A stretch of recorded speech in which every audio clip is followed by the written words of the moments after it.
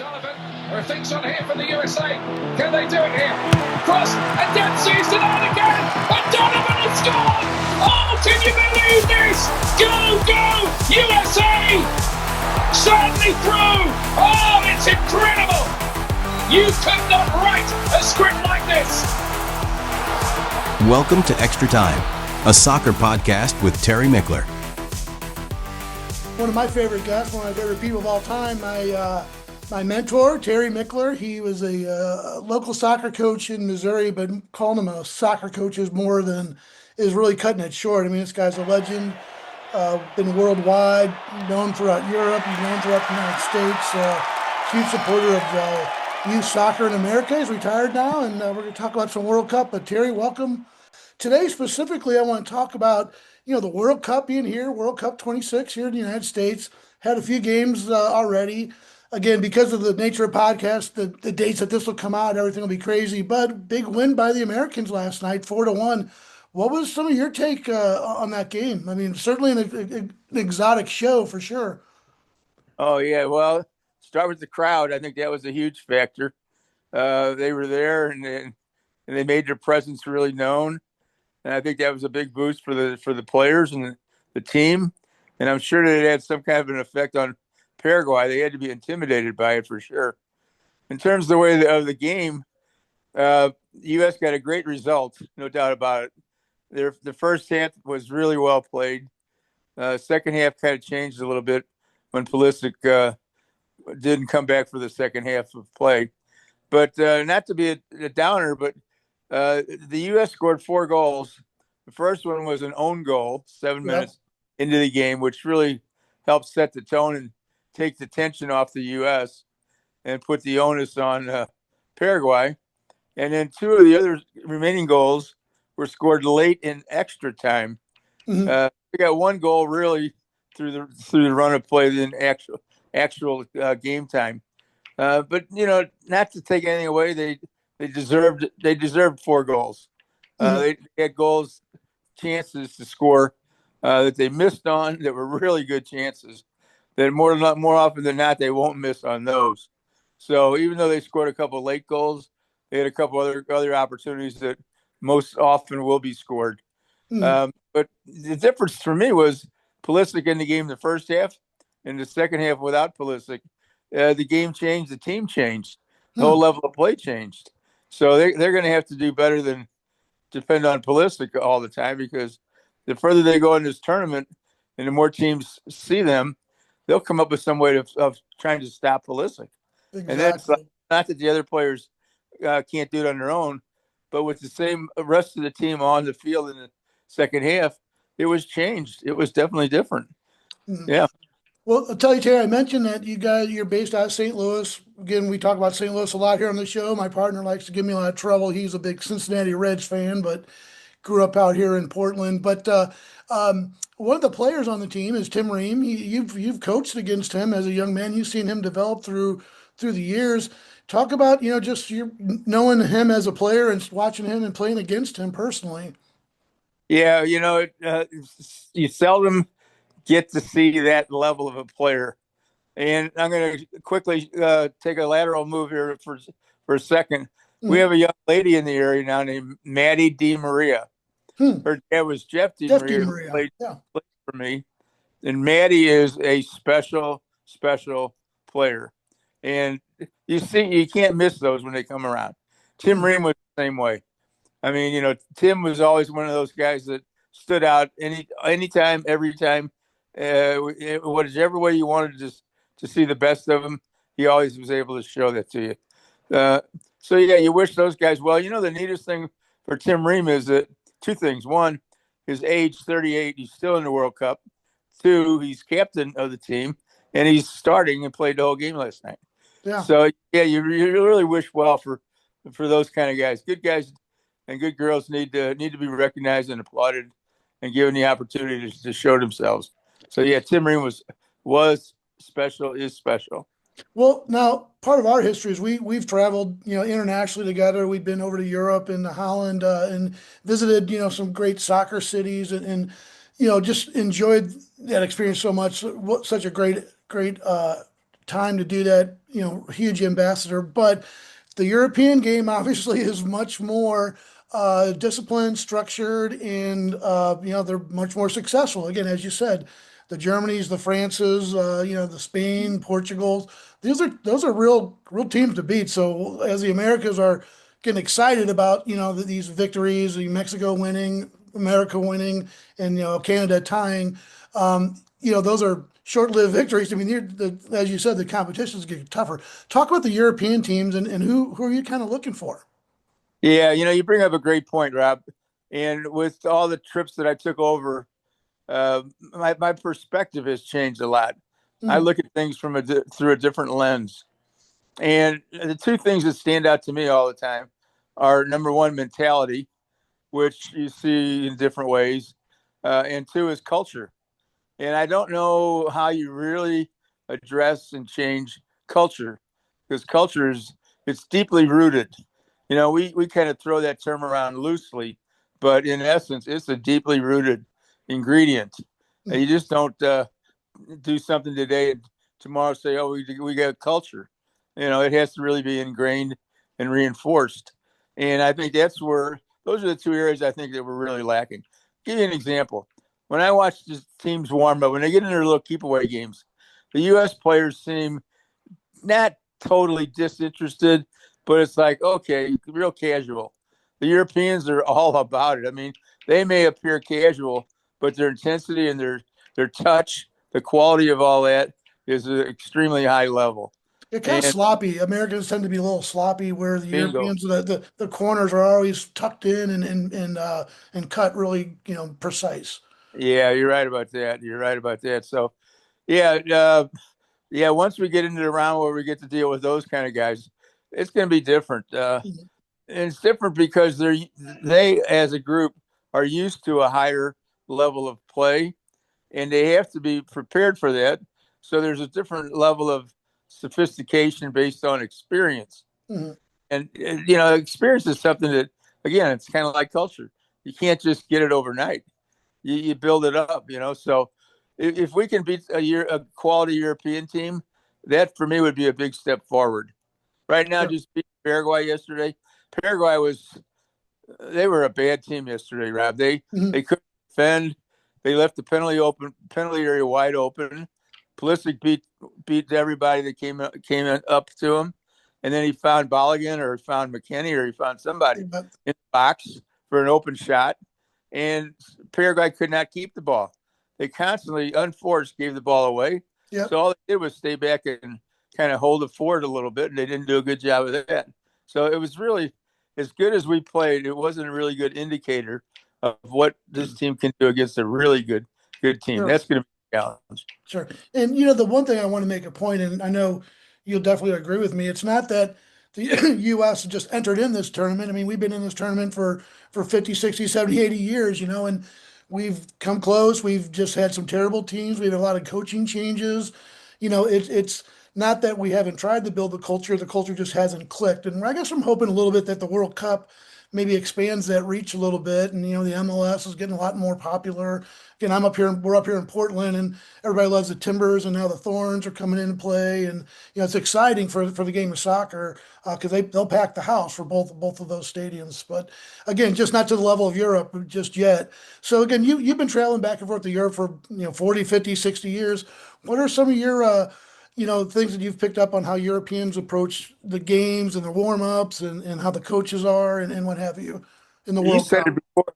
I said casual. You said sloppy.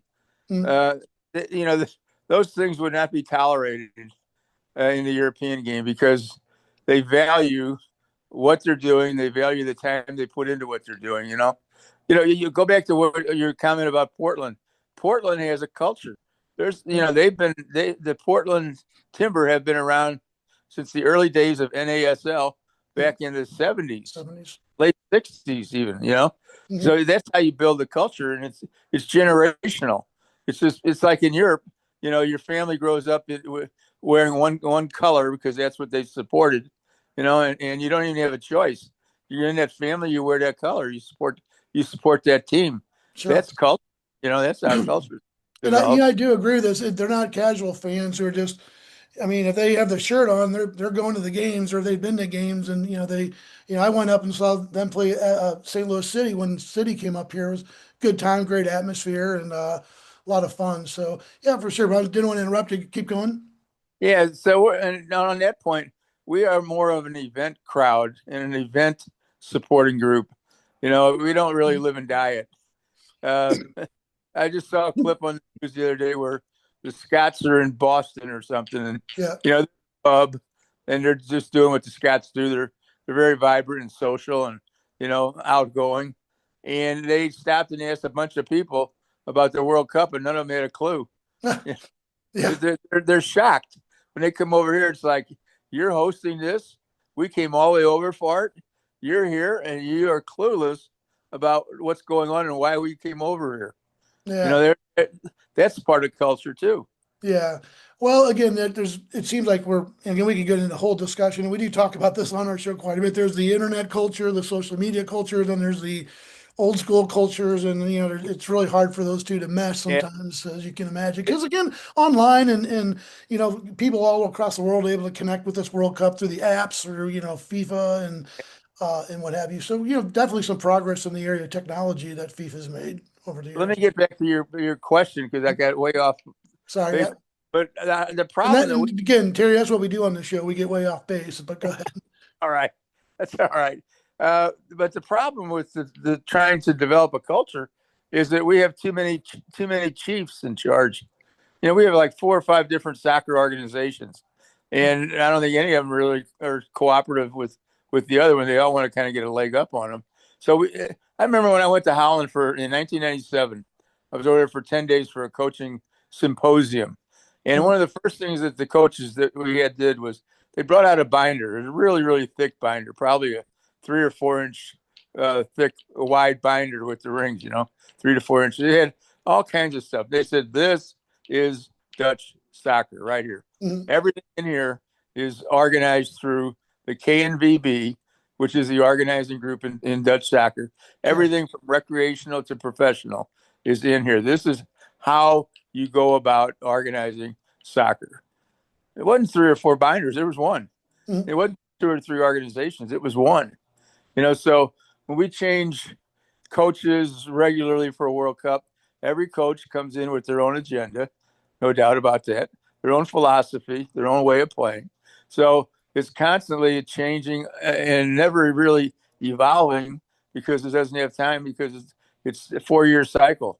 You change it with every new coach that comes into the organization to take over. So it's really hard to, and then then you have pay to play. Uh, that's the single most damaging thing we have in our developmental program is pay to play. You'd say that in Europe, and they just go explain that. We have no idea what you're talking about. They do not buy into that. They want talent to flourish wherever it is, whoever, however. It doesn't take money to do it.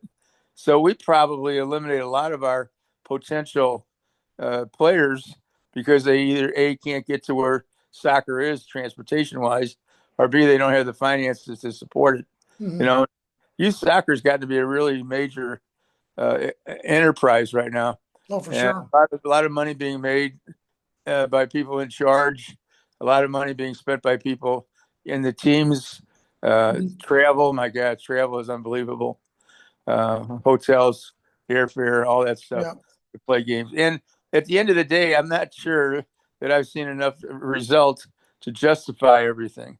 sure. You're always going to get the few that make their way to the top. Um, but I don't know that the way we've been doing it has increased those numbers in any way. Mhm.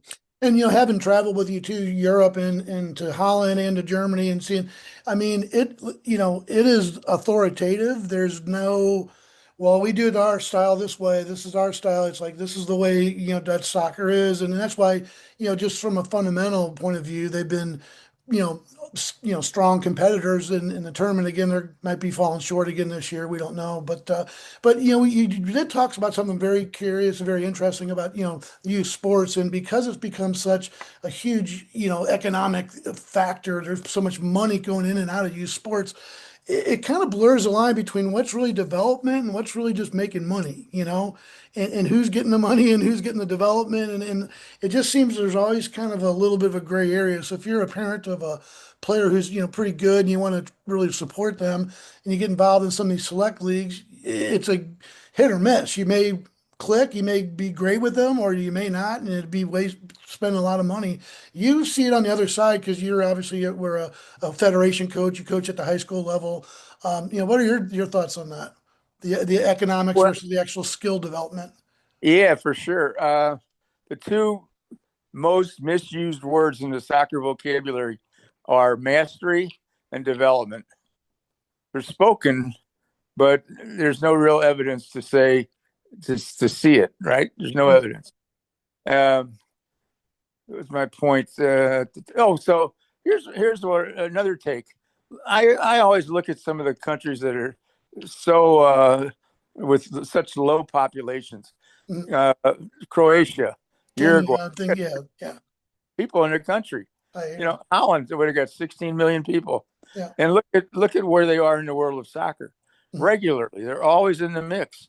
The Dutch have always been in the mix every time there's been international competition. So there you go back to culture, right? There you go back to the fact that they believe in what they do. They don't need to refix. I remember one of the first things that we were told when I was at the coaching convention is that you don't have to reinvent the wheel. Mhm. That was one of their premises: is you don't have to reinvent the wheel. If you got a good system in place, just keep it to a good level, refine it as you need to. But the game is still the same. I mean, as much as things have changed over time, it's still the same game. It's still the same number of players on the field, same dimension of the field. The goals are in the same place, the same size, and the object is to get the ball in the goal more than the other team. All that is the same. And we just kind of complicate it and confuse it by thinking that we have to revolutionize it instead of just getting better at what needs to be done. Focus on the basics. I always say three things went to my team. Number one, do it right. That's the first thing. Do it right. Secondly, then do it better. And then thirdly, then do it faster. And I see so many times where this is reversed in the learning process of youth players here. They want to do it fast before they do it right. And Yeah. if you don't do it right first, and I've had the high school kids forever, and you can see some of them that are deeply rooted in and I tell them this. I said, if somebody doesn't correct you, you can get really good at being bad. And that's what I see a lot because they haven't been corrected and presented to what they're doing and what they should be doing. They get good at what they're doing, but unfortunately, it's just not right. It's not, they're doing the Well, wrong thing in the wrong way. I think sometimes they take it personally insulting because their dads told them differently or their uncles do it Absolutely. differently. And they take it personally when coaches tell them they want them to do it differently. Have you seen that?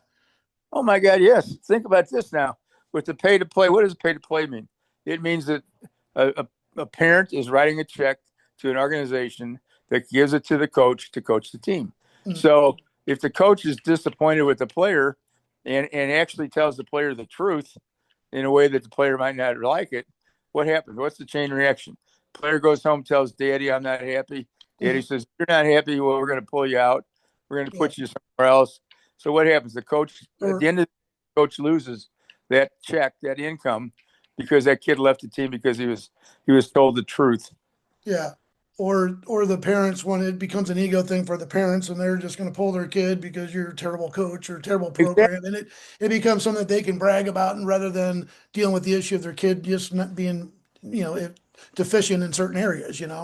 Yeah, and I don't see that changing. I mean, that's just Yeah. getting stronger as the days go on, and that's not good for anybody. Believe me. Sure.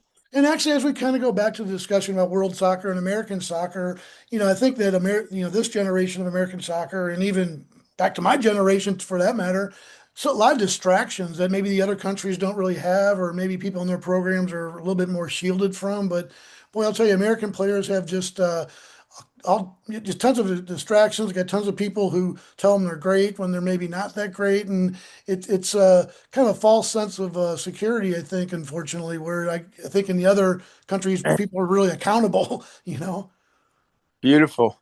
Let me tell you this story, Rob. This is a true story, and you can kind of relate to it because you've been with us in Dutch Touch. One of the early years of our Dutch Touch program, we always had camps that ran like Sunday through Friday. And on Sunday, we would get all the kids together. They'd show up. We'd have a little orientation and then get. Well, in the early years, we actually had Dutch kids come over. The one year the first year, I think we had 12 Dutch kids come over. And we're meeting in the gym at the high school, and got a close to 70, 80 kids in there. 12 of them are Dutch kids. So what do the Dutch kids do? The Dutch kids found a tennis ball somewhere laying around in the gym, and they instinctively created some kind of a game with the tennis ball among the 12 of them. I remember picking them up at the airport that year, and somebody brought a little mini ball with them. And as soon as they got out of the plane and got it into the lobby area and stuff, they're playing around with the ball. So back to the Dutch, the situation with the tennis ball. These Dutch kids are playing a little game around all the American kids that are standing around, not knowing what to do with themselves. So that's here's another story. Same way. That same year, these kids stayed in family houses for guest housing, and a bunch of them stayed in South St. Louis, and where there was a ice rink. Okay, and we're in the summer, so there's no ice in the rink, right? It's just open air, and it's concrete floor, and it's got the sideboards for hockey. So these Dutch kids go, can anybody use that? Yeah. Well, how come nobody's there? I don't know. Can we use it? Yes. So they went out, created their own little game, playing soccer in a rink. We don't have that spontaneous anymore because of the way society has grown. I mean, when we grew up in neighborhoods, right? The neighborhoods were close to schools, and everything evolved around the schoolyard or the neighborhood somewhere, right? Today, everything is so spread out. Kids on clubs, the soccer mom issue became a thing because of the fact that kids had to get to practice, and somebody had to get them there. So the mom, got the family van, became the soccer mom, and drove the kids to where they went. They practiced, they left. They didn't have any other interaction with their teammates most of the time. Whereas when we grew up, you walked to schoolyard, you played, and you went with the kids in the neighborhood. You walked with them up, you walked with them back, you hung out with them. And even on the walk, you might take a side tour to somebody's yard to play, a couple games of baseball or shoot the baskets or something. But you know what I mean? It wasn't, that was the only thing you can do all day. You might play 3 or 4 different sports or different opponents a day, different neighborhoods per day. But again, those days I think some of the organization of sports has really ruined all that, unfortunately. Everybody gets a uniform sort of thing, It'll be interesting as time goes on because some of these distractions that we have well in place now are getting they're also making their way across the pond, and the Europeans are going to have the same issues. They're just going to find a way to deal with them. Yeah, I mean, again, I watching the World Cup, it's been, all the shots of the celebrities in the stands, and again, now with the Knicks being playing, everybody's talking about the celebrities. So now sports are again cool again, which again I support. I think that's great, and certainly I'm excited about the World Cup being here in America. Being at going to Houston, it'll be up here in Seattle here in a couple days, Kansas City. Just again, we were talking. Read a story or saw a story this morning about the Algerian team. They've been kind of adopted by the town of Lawrence, Kansas. The Jayhawks have adopted the Algerians, and again, they had this old man. He didn't know much about Algeria. Didn't know much about the World Cup, but he did know that Algeria had been, had a revolution in the 60s when he was born or something like that. And it just was one of these things that kind of made people excited about the World Cup. And here's this old, hillbilly from Lawrence, Kansas, don't know a thing about Algeria or soccer, but getting excited about it and being welcome. That's a great story. I got a friend of mine. He goes by Coach Carl. Okay. He's out in California, and he's got a newsletter he sends out called Fundamental Soccer, FUN, Fundamental Soccer. And I've been kind of dealing with him a little bit, sending articles and whatnot. And he sent something to me recently about, what do you got for the World Cup? And I said, okay, why don't you throw this out, see what happens. Have all these little team clubs out there adopt a World Cup team and have the players research each team, in as many ways as possible. Give them some guidelines, what they might look for, but get these kids to start to be more understanding of all these different countries that are coming in. Oh, it's a tremendous opportunity.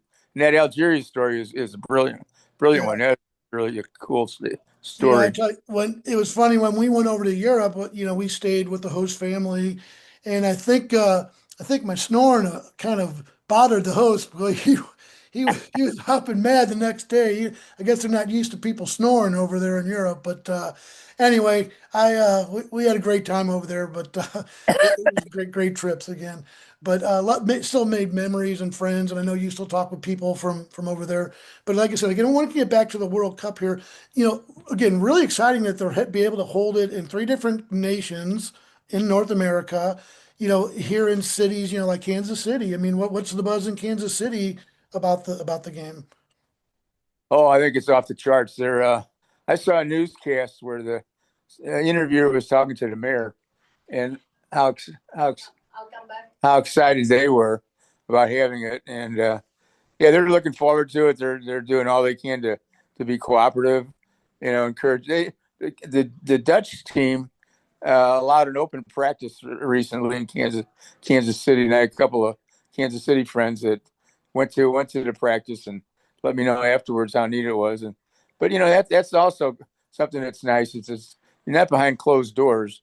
They're welcoming people to come. Now they won't let them come all the time, but they'll let them come when nothing special is going on. But just get used to it. Well, I remember when we went to Holland, we actually walked right up the steps of the Ajax, club facility, and we turned around and Dennis Bergkamp was right behind us. I mean, that was just crazy. And that's something. Yeah. I remember I asked the hostess, "Is there any chances that our group could get a picture with Dennis?" And she said, "Yeah, could he just eat his lunch first?" Yeah. That was cool. But again, getting back to, we down in Houston, I know got games in Dallas, Houston. So, in terms of growing the game, loving it. Not quite sure about some of the business decisions from FIFA and the American government and the whole transportation issues and security perimeters that go on for blocks. I mean, it really kind of cuts people who have a hard time getting around, even getting to the games. And the crowds look great. Everything looks great on TV. But I'll tell you what, people really were complaining about just the access and the ticket prices. What were you hearing in your circles? Same thing. Now, but here's what you want to watch out for. I mean, if you watch the Mexico game and the U.S. game, you saw home crowds. In Canada, you saw home crowds. Okay. Now wait, like I watched the Chechnya and South Korea game. Yeah, I saw it. A lot of empty seats. So there's going to be a lot of games where they're going to have trouble filling the stands because the quality of the teams and the familiarity with the teams isn't there. So on the big games, sure, they'll have them. But why they decided the pricing that they did, and I saw where the president of FIFA, Gianni Infante, that was a competitive pricing on that. And I saw something else too, where somebody was saying soccer's always been a game of the people, and you're pricing the people out of the games right now. Sure, and that's unfortunate. I also just saw something where FIFA made Egypt change their jersey. Egypt had 7 stars on their jersey for winning, I guess, the African Cup or something. Sure. They made them take the stars off the jersey.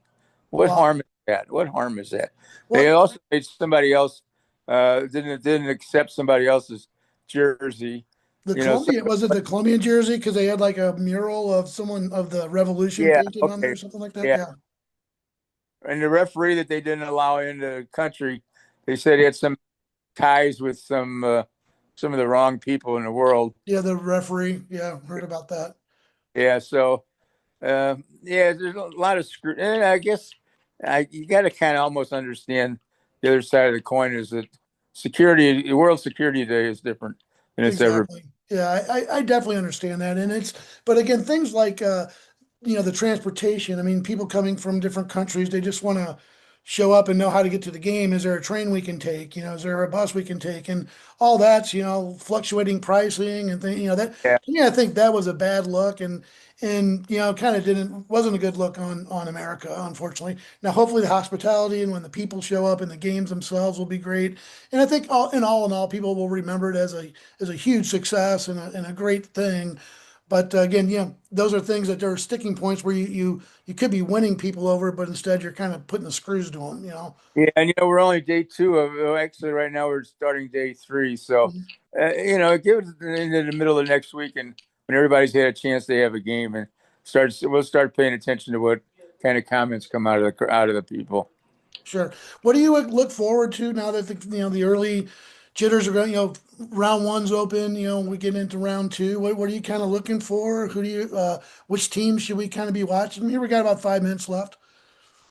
Well, there's only 8 countries have ever won the World Cup, and it's Brazil, Argentina, Uruguay, and then England, and then France, Spain, and Germany, and then Italy. Of the 8 teams, 7 of them are in this cup. Italy is not. Yeah. So you always start with the teams that have won it first because they have that experience of doing it. And outside, I divided the 48 teams into 3 groups. I had the first group, what I called contenders, teams that legitimately had a chance to be into consideration to win the tournament. And then I had a third group at the bottom. They expanded from 32 teams to 48. So there's a bunch of teams there, little minnows, if you would, that are here just for the experience of it. No expectation to do very much. Just hopefully they don't get beat too bad in the games. And then the middle group, which is the largest group, is the group that I call the surprise group. Which teams out of that can surprise somebody and challenge somebody from the top group? And I think there's some teams in there that can do that. Like the U.S. pool, for instance, with Paraguay and Australia and Turkey. When you look at the rankings of the teams that are in the tournament, those 4 teams are ranked within like 5 or 6 places of each other. I mean, they're all bunched right together. So it isn't like one is significantly way more improved, better than the others. They're all pretty much the same. Just depends on how the games are played. So like yesterday, U.S. got a great result and an early first goal again, own goal. They had 2 late goals in extra time, and managed to take advantage of all that. But maybe next time around they don't get that same opportunity. Maybe it doesn't that way. So you just got to be ready each game to bring your best. Now here's what as you get into round 2 and 3, once everybody's had a game, now you can actually plan better than you did coming into it because you don't know what they're going to do when it matters. But once they play a game that matters, now you know. So the planning, like Australia probably will find a way to make sure that Pulisic can't run free and Balogun can't get in the box open and get those easy shots that he was getting. They may give up something at the other end. And, could they be happy with a 0-0 tie? Absolutely they could. Can they get it? I don't know. But that we'll have to wait and see. Sure. Well, outstanding. Well, listen, we got about 5 minutes left here, and I just want to wrap up on a couple other things here. How are things going for you? I know you retired. You still keeping up? You still obviously watching soccer quite a bit? You still consulting with people, or what? Yeah. I'm still available in all those off the field activities as much as I can be. Yeah, sure, I'm available. I do a little video consulting for a couple groups. Still doing some coaching education through Zooms. Okay. And I watch soccer wherever. So whenever it's on, I got an opportunity to watch it. I got all the soccer channels. And what's the website that people want to catch up with you? Do you have a website or email? Yeah, email is michlert@outlook.com. Okay. That's MichlerT@outlook.com. Yep. And again, I know everyone I've talked to, I know that if you just mention the word soccer or football, Terry he's got all the information. He knows everything about, and actually knows a lot about American football. He was American football high school star as well. So he played the American football version, but also you a little bit on your background. You played in the NASL with the Kansas City Spurs back in the 60s, right? 1969. Yeah, that was It was a great experience. Great experience. Yeah. How old were you? You're in your 20s or 69, 22. I was 22. 22? Wow. I was Okay. only one of 2 Americans on the team, so I had a real experience there. Well, that's great. How good was the team? Champions. Oh, the Spurs won it that year. Wow, that's Yep. awesome. Yep. That's great. Great. And then again, you spent, how many years in high school soccer? Oh my God, 52. 52 years as a high school soccer Yeah. coach. And I know at one point they were calling you the winningest coach in America, over 800, 900 wins. It's 1,000, over 1,000 now. Oh, over 1,000 wins. Wow, that's awesome. Boy, time flies, time flies. Well, tell you, had some great teams, great crews, great coaches, Jimmy Miller and Tommy Farishine. Love those guys. Those guys are just great people. I was lucky. Yeah, lucky. walked in a great situation again, and you're able to coach at your old high school, the same high school that I went to. So, Yeah, right. Terry, great catching up to you again. As this tournament goes along, love to be able to catch up with you again and jump on again and just kind of get your thoughts on how the tournament progresses. Again, being historic, first time here in America, America's 250th anniversary, a lot to celebrate. And yeah, I'm going to try not to be one of the naysayers about this. I'm going to try to be someone to celebrate this because it's pretty cool. There's teams from all over the world, and they get to experience American culture. As a matter of fact, I saw one of the teams when they landed, they're down in Dallas. They're all given cowboy hats, white cowboy hats. On like the Jamaican team or something. Hey, Rob, let me get one. Do I have a minute? Yeah. Can I have one more minute? Yep. Okay. One of the things that I've been involved in now recently, over the last couple of years, is we started a high school Champions League, and it started in Tampa Bay. Perry Vanderbeck, a former St. Louis player who went to Tampa right out of high school, drafted and played professional soccer right out of high school, was involved with a group down there, and he brought it to our attention a couple of years ago. So we've now adopted a high school Champions League in St. Louis for the boys in the fall, girls in the spring, and we are in the process of promoting this nationally, trying to get more cities involved. And it's a great concept that we have. So What is the concept? The concept is that it's free to play. Nobody has to pay anything. It's merit-based. You got to earn your way in. You can't just raise your hand and say, I want to get in. You got to, like, for instance, we have district champions, and then we have a power rank rating in Missouri. So if you're a district champion, you get automatically in. And then otherwise, you have to have a high power rating. We have 16 teams that are in our pool. Third thing is that it's metro based, so it's in a given area that you agree on. Like for instance, St. Louis is St. Louis City, St. Louis County, but not the other side of the river into Southern Illinois, just the St. Louis area. And then it's coach collaboration, which means that the coaches all get together and they decide how things are going to go, what the criteria is, what the format is, and all that stuff. And then the last thing is it's student empowered. We have a couple of student awards that we give out, social service award, playing award. But it's also one where anybody that goes to high school can participate in. You don't have to pay anything extra. Wow. Just high school program. So, yeah, we're really excited about that. So that's awesome. Yeah. Well, Terry, we got less than a minute. We're going to get cut off here. So I just wanted to say thank you. And again, love to be able to catch up with you again, a couple days, kind of see how things are going with the tournament. So as we just want to give you a little bit of a shout out from Stand Tall with Dave Brown. A lot of my friends back in St. Louis. Miss you guys, love you guys out here on Portland, enjoying the weather and enjoying life. So Terry, good talking to you. And I'll catch up with you next time, man. Thank you, Rob. Appreciate it. Thanks for checking out Extra Time, a soccer podcast with Terry Michler. Follow us each week on Spotify and Apple Podcasts. Can you believe this? Go, USA! Certainly through! Oh, it's incredible! You could not write a script like this!